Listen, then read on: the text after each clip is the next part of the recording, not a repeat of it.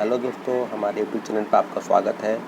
मैं सौरभ कुमार सिंह और जिस विषय को लेकर हम आपके बीच आए हैं वो विषय है सचिवालय सहायक की परीक्षा।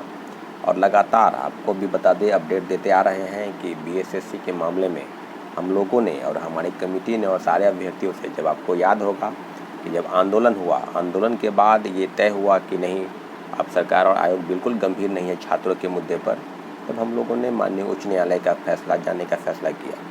और माननीय उच्च न्यायालय में जाने का फैसला इसलिए हुआ क्योंकि बहुत सारे मामले अभी आप देखे होंगे कि माननीय उच्च न्यायालय द्वारा छात्र हित में लिए गए, जैसे कि 31st जुडिशरी के पेपर में बहुत सारी खामियां आई परीक्षा के संदर्भ में रिजल्ट को लेकर, तो उन्होंने इस बात में काफ़ी संज्ञान लिया है। आपको बताते चलें कि बीपीएससी में 67th की जो मेंस की रिज़ल्ट है उसको भी रोक लगाने की बात उन्होंने कही है, क्योंकि 9 प्रश्नों के गलत उत्तर देकर रिज़ल्ट निकाला गया। निश्चित रूप से घोर लापरवाही है और घोर लापरवाही का नतीजा ये हुआ कि बहुत सारे छात्रों का, अभ्यर्थियों का रिज़ल्ट नहीं निकला। तब जाकर छात्रों ने कोर्ट में फाइल किया। हाँ, ये बात सही है कि पहले जो बेंच में थे वो केस डिसमिस हुआ, परंतु डबल बेंच में जब मामला गया तो डबल बेंच में मामला जाने के बाद माननीय उच्च न्यायालय ने छात्रों की गंभीरता को देखते हुए, छात्रों के भविष्य को देखते हुए रिजल्ट पर रोक लगाने की बात की है। और बहुत सारे मामले ऐसे हैं जिसमें छात्र और आयोग को बिल्कुल जो बातें हैं, कम्युनिकेशन गैप है, छात्रों की बात बिल्कुल नहीं सुनी जा रही है। इस सारे मुद्दों को लेकर काफ़ी बातें जो सामने अब निकल कर आई है कि आखिर आयोग इतने गंभीर क्यों नहीं है। तत्पश्चात हम लोगों ने बाद निर्णय लिया। अब जो बातें हैं कि कल 5 मार्च को जो बीएसएससी की सचिवालय सहायक की जो प्रथम पाली की परीक्षा जो रद्द हुई है उसकी पुनर्परीक्षा यानी री एग्जामिनेशन कंडक्ट हो रही है। इसलिए सारे अभ्यर्थियों से हम शुभकामना देते हैं उनको कि कल आप चाहिए, अच्छे तरीके से परीक्षा दीजिए।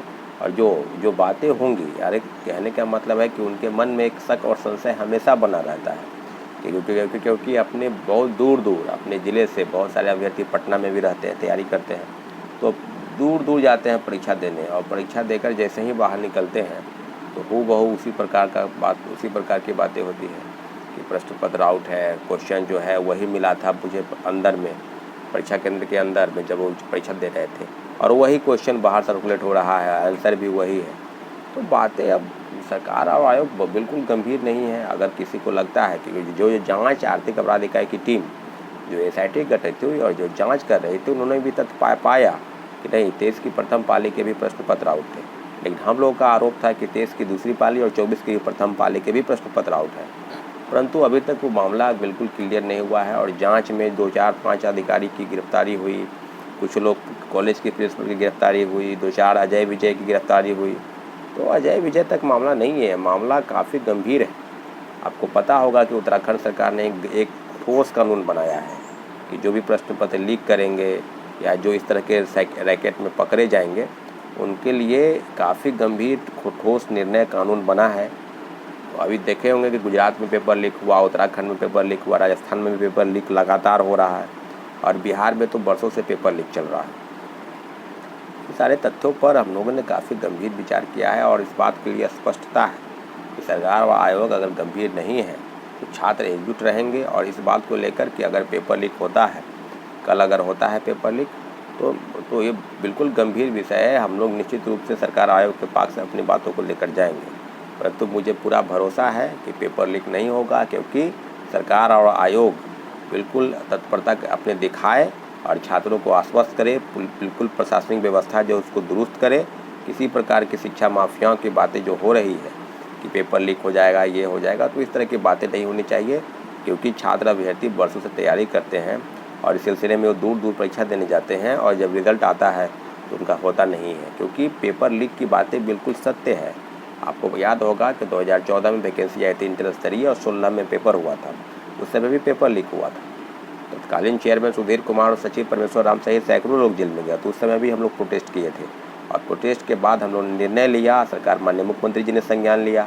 माननीय मुख्यमंत्री जी नीतीश कुमार उस समय भी थे, और अभी भी माननीय मुख्यमंत्री जी से ही आग्रह है कि छात्र अभ्यर्थियों की मांग लगातार है, इसलिए आपसे आग्रह है कि आप ठोस से ठोस निर्णय लें और पेपर लीक जो भी कर रहा है उसके लिए कानून बनाएं। एक बार फिर से सारे अभ्यर्थियों को हम शुभकामना देते हैं कि आप जाएं, अच्छे से परीक्षा दें। अगर किसी तरह की बातें होती है तो फिर हम लोग आश्वस्त आपको करते हैं कि हम लोग ज़रूर आंदोलन करेंगे, लेकिन उम्मीद है कि पेपर लीक नहीं होगा, इसलिए अच्छे तरीके से परीक्षा दें। और एक चीज़ आपकी, अगर हमारे चैनल को आपने सब्सक्राइब नहीं किया तो प्लीज़ सब्सक्राइब कर दें, क्योंकि ज़्यादा से ज़्यादा जानकारी और अपडेट के लिए आपके समक्ष हम आ सके। धन्यवाद। फिर मिलेंगे अगले वीडियो के लिए, तब तक के लिए आपका शुक्रिया।